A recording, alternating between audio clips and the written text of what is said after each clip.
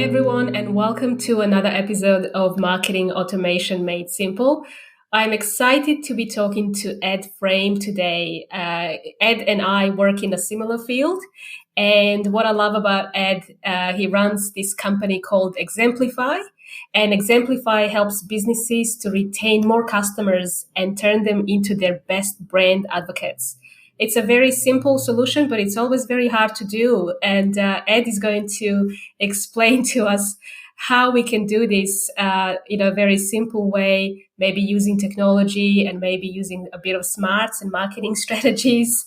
But Exemplify specialize in that, and I'm so excited to have Ed Frame. Welcome, Ed. Hey, Giovanna. Thank you so much for having me. Hey, so tell us more about, I know you. We had coffee last week. We both, I get confused with my accent. People think I'm Irish. I sound Irish, but now they can hear what a real Irish person sounds like.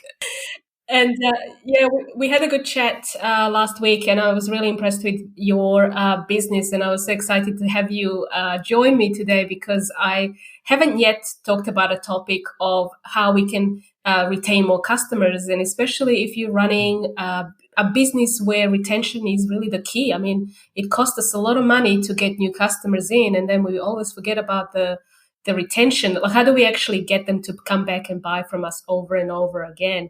And I love that you specialize in that. So can you tell us more about how did that idea of Exemplify come about, and what did you do before Exemplify? Yeah, great question. So actually before Exemplify, I've been in marketing for about 10 years and essentially working like yourself, getting people, getting more leads, getting more traffic, getting more sales, getting people onto CRM, all that entire journey, with the end goal being, cost of acquisition being low and sales numbers being high. Those are really the two metrics. And I'd say it really started to come about when I was working for an agency and we had a performance quarterly review with a client, and this e-commerce brand said, Ed, we need more customers. I was like, okay. I thought we did really well on customers last quarter. Everything's looking really good. He's like, well, that might be so, but we're just not making enough profit, and we really want to grow and scale. I was like, okay, well, let's have a look at this. And so went into their portal and looked at their data and was like, oh, okay. So over the last 10 years, you've had 250,000 customers buy from you, but only 12% of those customers have ever bought twice. So you have no problem getting customers, but you do have a problem convincing customers to buy from you again. So in that sense, there's no issue with you getting customers, but you're not going to, the cost of acquisition is so high that you're actually not making any profit from people who buy from you again and again and again. And that's really where Exemplify that was really the first starting point for me. And what type of clients do you think you would benefit from knowing these numbers? Because I meet a lot of different range of businesses, and a lot of them are just really, really working hard on getting new customers. But there are certain industries where they do care about the retention. What type of clients do you work with? For sure. So I actually work with different clients across e-commerce and SaaS, mainly, with a few professional services thrown in there. Really because in the sense there's not really any industry specific which needs this and others don't. It really is a business problem across the board, and we just basically take that same way of thinking and apply it to different businesses.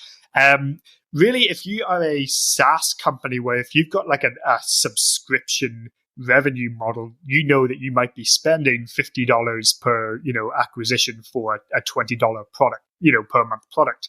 So you might know that, okay, well, they actually have to stay with us for at least 2.5 months before we actually make any profit from them. So that's certainly one point of business where if you've got a SaaS model, then you really need to focus on retention heavily. But even e-commerce, in that sense of, if you've as long as you don't just sell one product that's going to last 10 years, if you've got a very a products that come as loss leaders, and move people into a bit of a customer journey, I would highly recommend going into your Shopify and looking, okay, how many customers have you had over the last, 1, 3, 5, 10 years? And how many people are actually, how many repeat orders do you have? Because I think that's a really a massive metric to be able to look at and identify, okay, who's the customer that buys once and who's the customer that buys again and again and again. Yes. And tell your marketing and sales team that those are the people that you want more of. And what about, I always find e-commerce, there's always data. You can check your website, you can check everywhere. But as a SaaS business or as a consultancy or a service type of business, you would need to have something in place to help you measure these type of, you can't just rely on these websites. It doesn't give you that data. Certainly. Well, even just having a simple CRM like HubSpot would be one of the things that I would really start to use, where if you're tracking your deals through a HubSpot pipeline, for example, all you have to do is go into your reports and, source your company and, by total deal amount. So you can actually then have a very clear picture of, okay, if it's a B2B company, which companies, if it's B2C, which customers, and then start to look at, okay, what's that average transaction value and what's that number of multiple deals, so that you can start to build up that picture. That would, anytime I work with a company, that's one of the first things that we set up is like, that's a KPI that you need to know. That's a KPI that everybody in your business should be aware of, because you know that if that moves in the right direction, it's just pure profit. The cost of ads are going to rise. SEO is going to get harder. Email marketing is going to get more difficult to do with privacy. But the one thing, if you keep on getting those same customers to buy from you again and again, that, there's very little cost involved in getting customers to do that. Yeah, it's amazing. It's still it's amazing to me as someone who works in the systems and processes and automation to see that businesses are somehow surviving without not having a proper sales and marketing CRM or a system or a data management. So I feel like, how do businesses get across this idea of measuring? Why is this important? Why is this metric more important than how much you charge for services? Because they seem to be focused more on the price rather than actual value that they could generate from one customer. For sure. It's funny that you say that, because we were both, drinking coffee the other day, and we, talking about those businesses that we sometimes come across where it's like, okay, how much revenue have you done? 25 million. And you still don't have a CRM. What are you doing? What business are you doing? Because I want to be in that business, because that seems really simple. But certainly, getting into that, having a CRM allows you that visibility. It allows you that ability to see, first of all, where your customers are at and what they have bought from you over time, and having those metrics which are really clear. One of the things is, if you're able to even segment those customers of, if you're going to ask 10 businesses to give you feedback or to give you testimonials or to trial a new product or trial a new service, those are the people that are your brand advocates. Those are the people that trust you the most, enjoy your brand the most, probably the ones that you have the best relationship with already. So those would be the ones to really leverage. And so by having a CRM where you've got that data at your fingertips and it's a couple of clicks of a buttons to know exactly who those people are, it makes a lot of financial and, takes a lot of the decision making out of who do we contact, what do we do next going forward. Yeah, it simplifies your business as well. And I'm just thinking, let's talk about some of the SaaS, because I haven't really touched on SaaS a lot, but there's so many SaaS companies out there, so many startups. Yeah. I'm also surprised, for some tech company startups, they don't have a CRM either, or a way to nurture their free trial users into raving fans or long-term customers. Do you have a process as to how you would take somebody from, let's say, I've got a SaaS business and I've got a free trial that I'm offering, how you would take somebody from that free trial and how long it would take them to convert into that customer? Yes, certainly. So the biggest part of a free trial is that I want you to be so reliant on my product that by the end of your free trial, it's painful for you to leave. So in that saying, if you get on board and you start to maybe add some of your team members, you start collaborating, maybe you integrate with like another platform, by the time you come to the point of that trial being over and you've lost those features, it's like, oh, you've actually lost progress. So that's one of the main things that you actually want to make it painful to leave, rather than what we sometimes think of a free trial is giving somebody a bit of a go and then asking them, did you like it or not? That's kind of how we seem to approach a lot of this free trial, rather than, okay, let's enable them for so much success that by the time this free trial does end, they're actually, it's going to be painful to leave.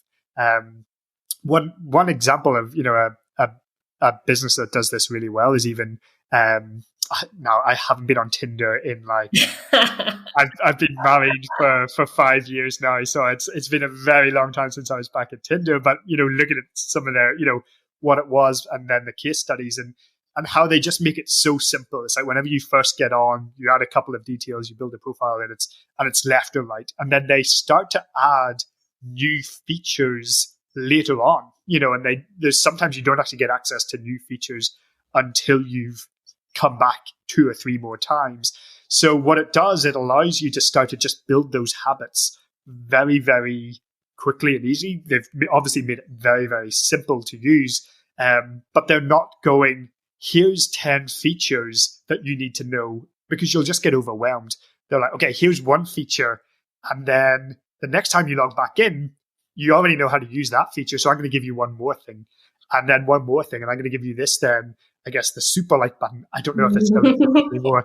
And then for the people who are listening to this in 2030, Tinder was a really interesting part of our, I don't know what's going on there now. And so do people still date? I don't know. That's a good example, yeah, because you would, if you launch something to the masses, you want something where people are used to using the technology. So I'm assuming someone who signs up to Tinder would have their Facebook profile, already established. So Facebook has done all this education, right, before Tinder came about. So you're leveraging some of that as well. Absolutely. And interesting what you say about Facebook. One of the things that Facebook always, when they talk about when they first started, the biggest metric for them, for their success, was adding friends on Facebook. They did not really care what information you added. They didn't care if you had a profile picture. They didn't care about, how much you posted. What they really cared about was that you've used your real name and that you're actually adding friends, because they know that if somebody adds 7 friends, then they're more likely to stay on this platform, way more than somebody who's added 1 or 2. So that was their biggest metric, was to, for success and for growth, and was to get people adding friends, because they knew that would make somebody sticky, so that it gets to the point where you've then formed all these addictive habits, and then actually your life for a while there couldn't really exist without Facebook. Like, you wouldn't actually get invited to a party without being on Facebook. So that fear of missing out was just so real back in the day. Yeah, well, that makes really good business sense for Facebook. What about Tinder? Once you find your mate, do you continue using Tinder? Like Tinder actually does have an endpoint. Ideally, if everyone's being honest, and so yeah, I don't know, but they could venture into other areas of. That's maybe, and the next podcast is just like, what should Tinder do for the couples who have found each other and want to have a life and family together? What's that? What does that app look like?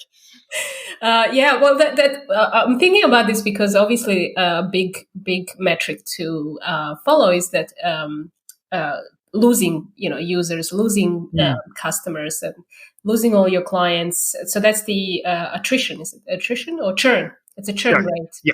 So, I mean, is that something that becomes very important in what you do to track that? Hugely. And so what we kind of say is that, churn can really be the biggest killer. And that doesn't necessarily just mean for a SaaS business. It can be for an agency, it can be for an accounting firm, it can be for somewhere where you have spent so much time, so much energy, so much money in the sales process trying to get an account or trying to, get a client. Even for us, Joanna, of just, having clients who we then, ideally want to move on to a retainer. We know that, okay, if we can help them solve this problem, there's other problems to solve along the way. So, but the amount of time and effort in that sales process, we've got to make sure that we really form the relationship so that that client does become a client for life. And, it continues to pay our bills, helps us to have that financial security, helps us to be able to, I know, okay, well, this client is unlikely to leave in the next while. So it's a really important thing for all businesses to be able to have that, almost that knowing that there's this runway of cash flow.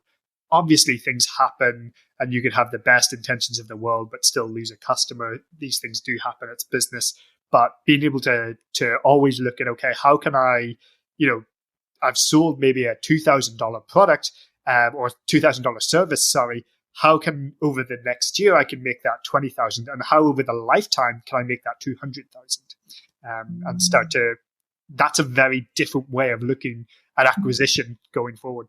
Yeah, it's like you focus on building relationships and branding, and it's not just about the cost of acquiring one type of lead. You want to make sure you're in business for the long term. For sure. And all those, I guess, comes back to all the traditional marketing that we have to rely on. Even today, I have to speak to, with our clients, we have to mention all the strategy things that you learn basically from universities or schools, and you bring that back. It's always coming back. That's never going to die. Technology algorithms will always change. Things will change, but your foundation of how you attract customers, how you convert customers, that's always going to be the same. Exactly. And it kind of does get back to that, just really that old school mentality of, at the end of the day, we're dealing with people, and we're selling to people, and we're talking with people, and we're servicing people. And yes, like you said, the algorithms will all change. The cost of click will go through the roof at some point, and all these other things will change and adapt. But at the end of the day, how we actually treat people and how we sell to people and how we make people feel isn't really going to change. It's, those foundations are what really makes us, get into business and stay in business. Yeah.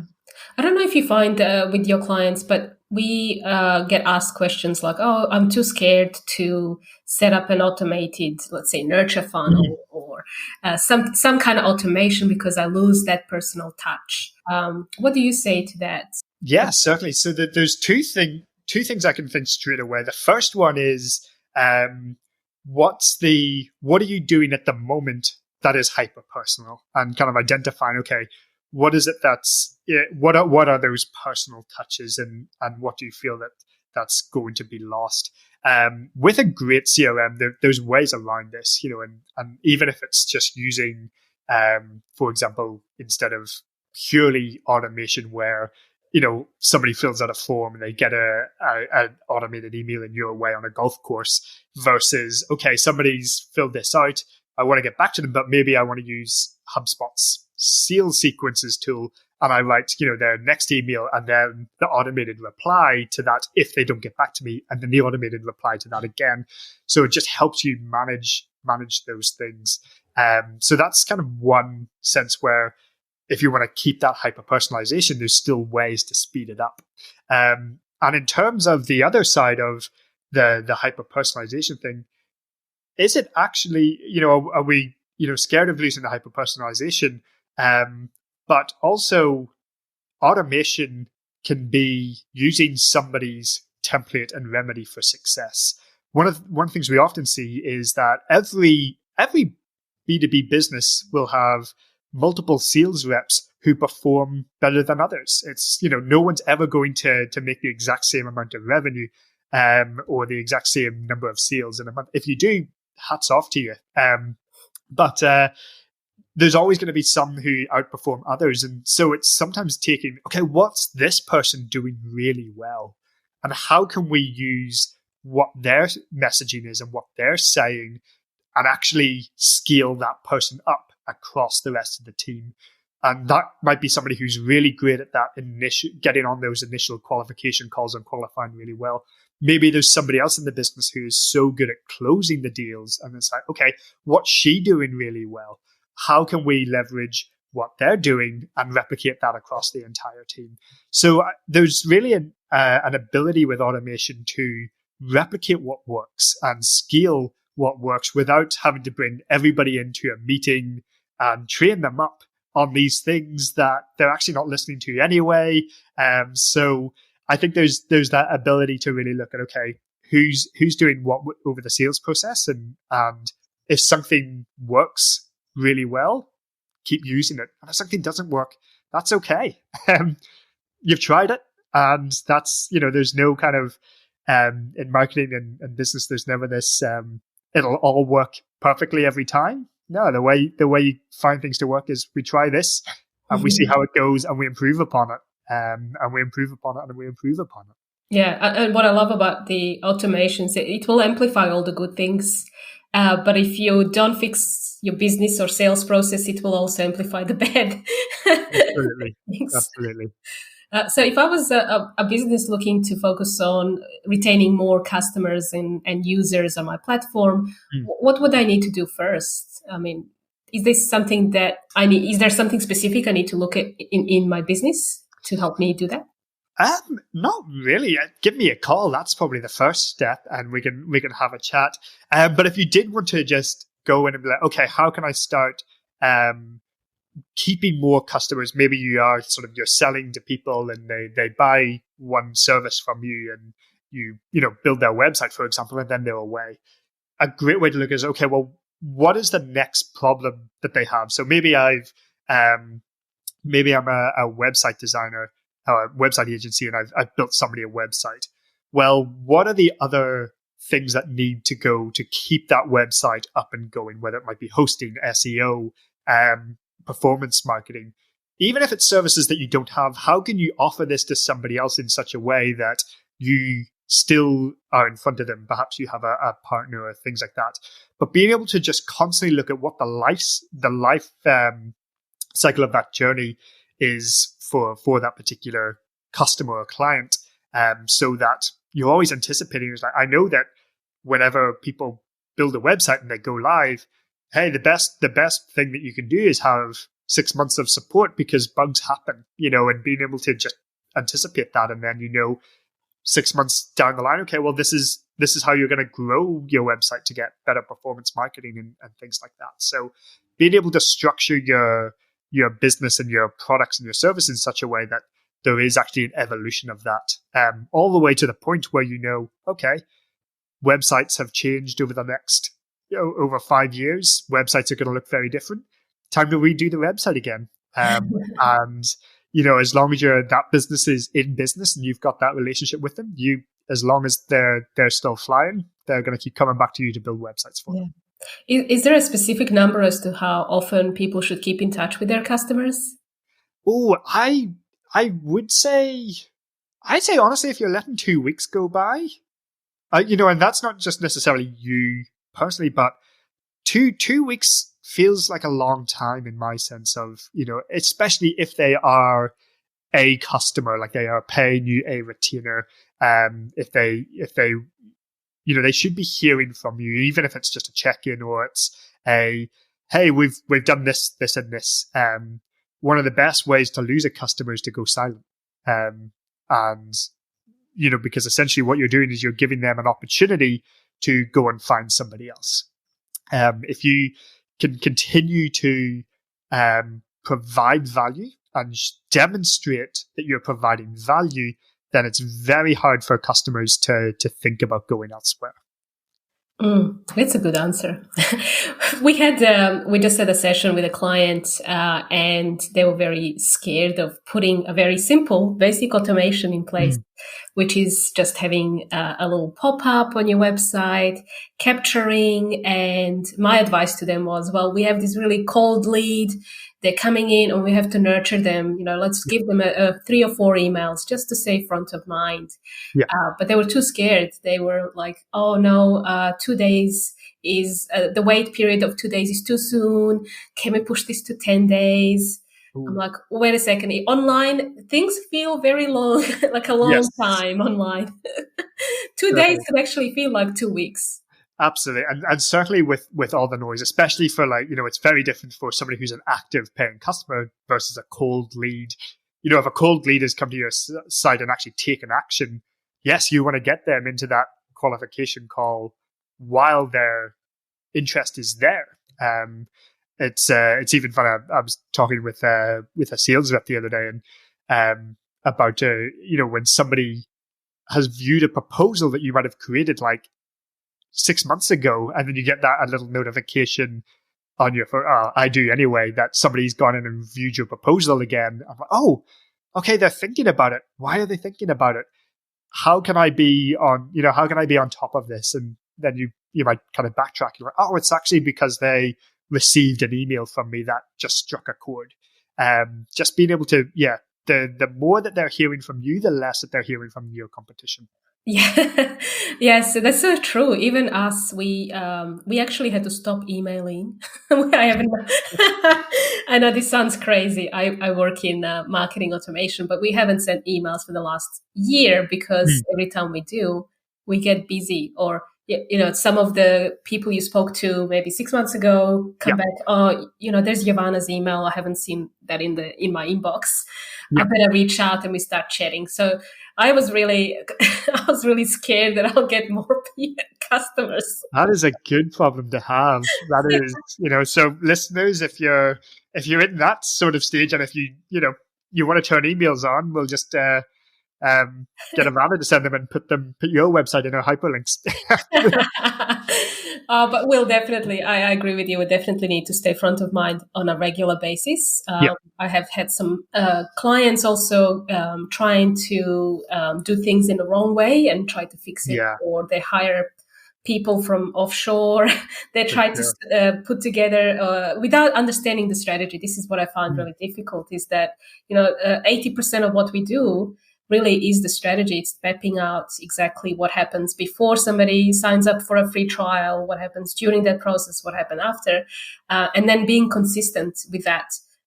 And then the technology piece is like, 10%, 20% of what you actually, of that whole journey. And so it's very important to have some kind of map, a roadmap, right? To automate. Absolutely. And having that, even just something that people can very clearly, at all parts of the business, just understand what's going on, just a very clear diagram of, you don't have to necessarily look at the workflows within HubSpot or within, the actual CRMs or ActiveCampaign. You don't have to understand what any of that is unless unless it depends on your job description. But just being able to know exactly, okay, when somebody fills out a form, they're going to get these 3 to 4 emails automatically. You don't have to pick up the phone and call them, because if anything, what you're doing is just damaging that. You're coming in too strong, and so just getting people to be aware of what's actually going on in the rest of the business is really key and important. And something we can learn from Tinder, probably. Probably. Yeah, I never got a call from Tinder asking, was I interested in this person? No, they just left it up to me. Do you swipe left or right? I don't know what the like or dislike is, but if you like somebody and then you ask them for a hand in marriage, that's not a good customer journey, is it? No, that's it. No, you're probably a bit too strong if that's your opening line. Well, the other thing I was going to ask you just before we finish up, we talk about HubSpot, and I'm sure our listeners here have heard HubSpot. It's a huge brand, very big. I believe they're probably one of the big foundational marketing automation companies. They've introduced the whole concepts that some of marketing agencies use. And so is there any particular reason why you love HubSpot? I love it because you can get every single piece of data of one person into one place. And like really to the point of when, at a basic level, if somebody fills out a form on your website, that cookie is then there. You can then see what other pages they've jumped on. You can see when they've sort of gone away. Then they've maybe come back in a couple of days' time. They've clicked a particular email. They've come back to the website. They've spent all this time. You can then send them a document. You can see what pages they've read and for how long for, and kind of start to gauge what's big got their interest. So on a kind of a one-to-one level, I think that kind of data is spectacular. All the way through to with HubSpot having an open API with, if you do have a SaaS platform and you want to basically be able to say, okay, well, how long is what are the session times that an individual is coming onto our app for? What are they using it for? What are they starting to do? There's a really interesting business that I've worked with, and to give this example where you will have two very different customers, where one might be, actually, if we even take Peloton, the example here of this, cycling bike, which has an app that then, so you've got two different kinds of cyclists, right? You've got your, and I'm sure there's many out there. I'm not a keen cyclist, in certainly the Olympic level, there's two very unique types. There is the sprinters who, will literally, sprint really hard for about 30 seconds and that's them done. And then you've got the Tour de France cyclists who, very much up for going for a cycle for, 6 months nonstop. So in a sense, like once you've started to be able to capture what type of cycling somebody is doing, how long are they using your platform for, what type of workouts are they choosing, you can feed that data back into, your either segment or directly into HubSpot, and you can tailor your marketing. Like you could send the exact same email to somebody, but then you can set on HubSpot the images to change out so that somebody is receiving images which are more like who they are and more about them and more about that kind of Tour de France style, as for somebody else might, get images which is more about, having these massive thighs because they've just been sprinting, and training in that kind of way. Or somebody who's, doing spin cycling. So it's such a great way to be able to, by capturing information, having all that in one contact record, and then being able to personalize the journey for them. In marketing, for sure, like people buy stuff when they believe that something is created for them exactly. So being able to, leverage that so that that you're giving somebody a better experience through the customer journey, or your customers, that you're tailoring everything and you're recommending things that that they will enjoy, and you're not wasting, somebody open your emails to read something that is they're just never going to buy, or they're never, as somebody who's doing 30-second cycling twice a week is not going to buy the 6-hour Tour de France cycling challenge package that you've created. So it's being able to identify Powerful. who they are. It's powerful, a great example, and it's something that our listeners can take away of applying in their own business with personalizations and segmentations, or they can come and talk to you and me. For sure, exactly that. Now that is the sort of, that's the sort of the high end of it, but just being able to have, as we even talked about earlier on in this episode, how much has somebody spent with you in the last year? How much have they spent with you in their lifetime? That's really, really great data to have, so that okay, if the phone rings and it's these two different people, who am I picking up? I'm going to pick the one who's spent the more money, because they're more valuable, and I know there's more likely that they're going to spend again. So it's great timing. It's great timing to do that now before next year. Really, you can start the next year with the bank. Yeah. Like in terms of that, we're on December 13th. If you've only got time to call 20 people and say Merry Christmas, just go into your CRM, sort by who spent the most money with you, and give those 20 people a call for sure. And just go until you have no more time in your day. Yeah. So that's thank you so much for sharing all your gold nuggets for automations and journey. So where could people find you? Where can they learn more about Exemplify and yourself? So you can find my website at exemplify.com.au, but I am very active on LinkedIn as well. So by all means, come and just connect with me, and we'll have a chat. I know where you live, so I'm gonna check. That's it. I think we have listeners all over the world. So you might be in Ireland one day. It could be you'll post it on LinkedIn if they want to talk to you. Yeah, absolutely. But we're in Melbourne, Australia at the moment, and enjoying a nice cold winter summer period. It's odd. It feels like I'm back in Ireland, I'll be honest. It's quite nostalgic. Yeah. Thank you so much. Thank you so much, Giovanna.